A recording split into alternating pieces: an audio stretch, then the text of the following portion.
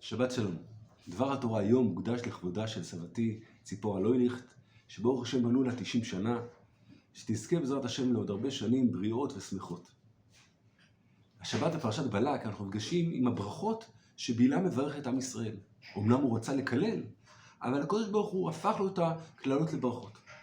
אחת הברכות המפורסמות והמרכזיות עומדת בשורש המחלוקת בתוך הציבוריות הישראלית בעשרות שנים האחרונות.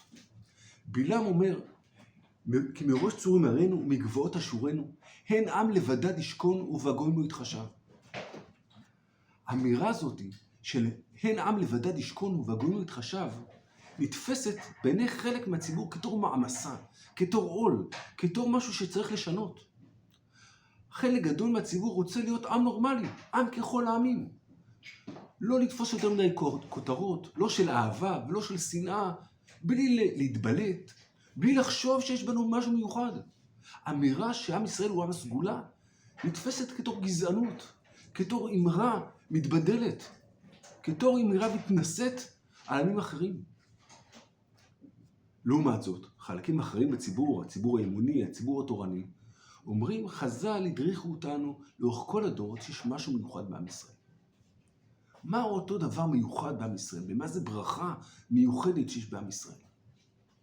הנציב מוולוז'ין אומר שעם ישראל, גם כאשר הוא רצה לבוא ולהתערב בין האומות, בגלל זה איכה ישבה בדד.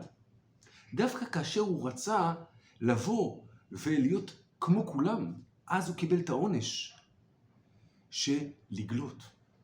ובגלות הוא הרגיש איך בגויים לא התחשב. בגלות הוא הרגיש איך הגויים לא סופרים אותנו.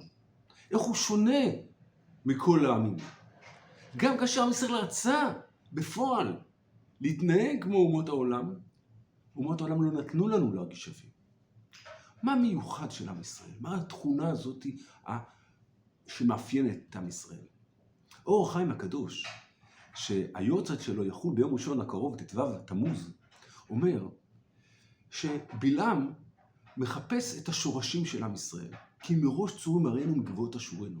הוא מסתכל על האבות ועל האימהות, על התכונות המיוחדות, על הרחמנים, ביישנים וגומלי חסדים, שמופיע בתוך עם ישראל. אבל הוא מחפש אולי גם יש דברים אחרים, אולי יש גם שורשים אחרים בעם ישראל, אולי גם של תרח, של נחור. לא, אבל זה רק אברהם, יצחק ויעקב. אולי גם יש גבעות נוספות שמשפיעים על עם ישראל. האחים, ישמעאל, עשיו, לוט, ממי שיצא ממנו. אולי גם התכונות שלהם באו והופיעו בתוך עם ישראל. והתברר לו שלא, הן עם לבדד ישכון והגויים לא יתחשב. עד כדי כך שאומר הכוזרי, רבי יהודה הלוי הכוזרי, שיש לנו מדרגות שונות בבריאה. דומם, צומח, חי ומדבר. כל מדרגה עומד בפני עצמה. וכאשר אתה מבטל את הצומח, הוא לא הופך להיות לדומם. הוא נובל לחלוטין ומתמסמס. כאשר החי, בעל חיים, מת, הוא לא יורד למדרגת צומח. הוא גם לא לדומם. הוא מתבטל. אומר רבי יהודה הלוי, יש מדרגה מעל זה. מעל המדבר, מעל האדם יש עוד מדרגה נוספת. מדרגת היהודי, מדרגת עם ישראל. והוא מאפיין את משה רבנו, הוא מתאר את משה רבנו כתור המדרגה של עם ישראל. מדרגה של אלוקות שמופיעה בעולם. בכל אחד ואחד מעם ישראל יש מדרגה נפרדת. נכון שאנחנו נראים כמו כולם. הרמ"ח איברים, השס"ה גידים, הוא נראה כמו כולם. יש לו הרבה פעמים את אותן מחלות. אבל אל תתבלבל. עם לבדד ישכון. המציאות שלנו היא מציאות שונה. התכונות עובדות עלינו בצורה שונה. בגלל שיש בנו נשמה אלוקית, אז החיים שלנו הם שונים. מנסח את זה הרב חרל"פ בספרו נימוקי המקראות. ההבדלה שבין ישראל לעמים אינה הדרגתית בלבד, עוד כמות יותר גדולה. כי אם הבדלה תהומית ממש, כמו ההבדל שבין האור והחושך. הן עם לבדד ישכון ובגויים לא יתחשב. היינו שאין ישראל נכנסים כלל בחשבון עם האומות. שלישראל ישנה מהות אחרת לגמרי מאשר לעמים, ולא רק מצד נשמתם, כי גם מצד גופם. שאף על פי שלכאורה זה רמ"ח איברים ושס"ה גידים, ולזה רמ"ח איברים ושס"ה גידים, אלו אוכלים ושותים ואלו אוכלים ושותים, בכל זאת יש לדעת ולהרגיש כי איברי וגידי ישראל הם איברים וגידים אחרים מאשר איברי וגידי אומות העולם. אכילתם שונה, שתייתם שונה ושינתם שונה, וכאשר כל צורכיהם נעשים על פי התורה, אז גופם גביל ומעשה אותיות. עד כדי כך הגוף שלנו יכול לשמש כתור בסיס לנשמה הגדולה. אז גם הגוף מקבל את התוכן האמיתי שלו. כמובן שאפשר באמת להשתמש בו כמו גויים, אבל הבריאה של הגוף שלנו היא בריאה אחרת לחלוטין. יש תשובה של החתם סופר, שהוא דן האם תרופה שנוסתה על גויים היא מוכחת גם כלפי עם ישראל. הוא אומר לא בהכרח, כי הגוף שלנו שונה. נכון שהיום אנחנו רואים הרבה פעמים שתרופות עובדות, אבל השורש הרוחני הוא האמירה שכל היסוד שלנו הוא יסוד שונה. אבל, ופה מגיע אבל הגדול, לא מדובר על גזענות של התנשאות. מדובר על אמירה שאנחנו לבד בשביל לרומם את כל האנושות, בשביל לתקן את כל האנושות.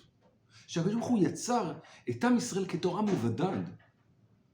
הוא ממלכת כהנים וגוי קדוש.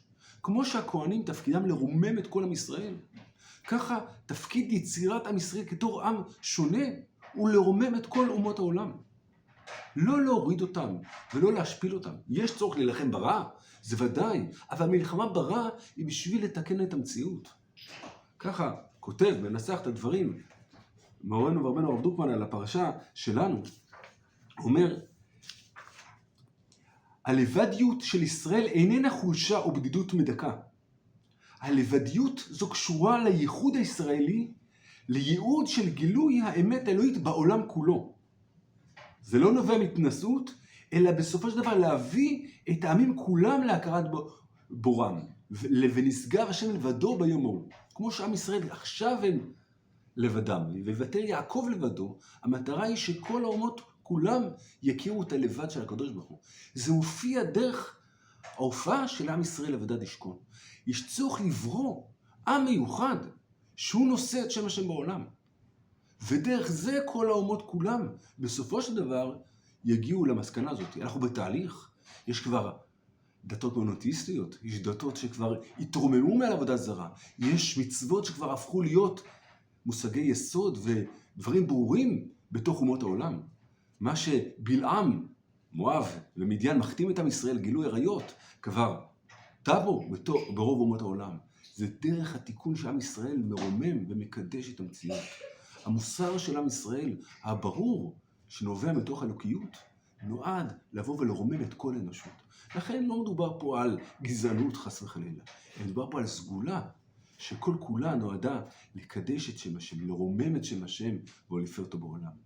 בעזרת השם נזכה שמתוך הכרה בייחודיות שלנו, בלבדיות שלנו, נזכה לקשר האמיתי עם אומות העולם, לרומם ולקדש את שם השם בכל המציאות כולה. שבת שלום.